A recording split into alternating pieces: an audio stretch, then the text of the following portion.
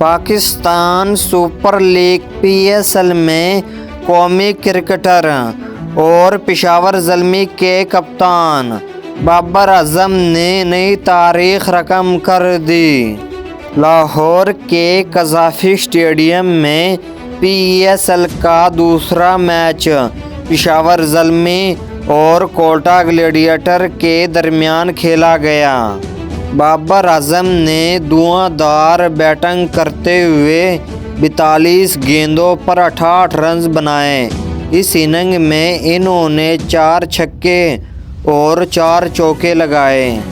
اس match میں بابر اعظم کی team Peshawar Zalmi match تو ہار گئی، لیکن بابر اعظم نے PSL میں 3000 رنز کا سنگ میل عبور کر لیا۔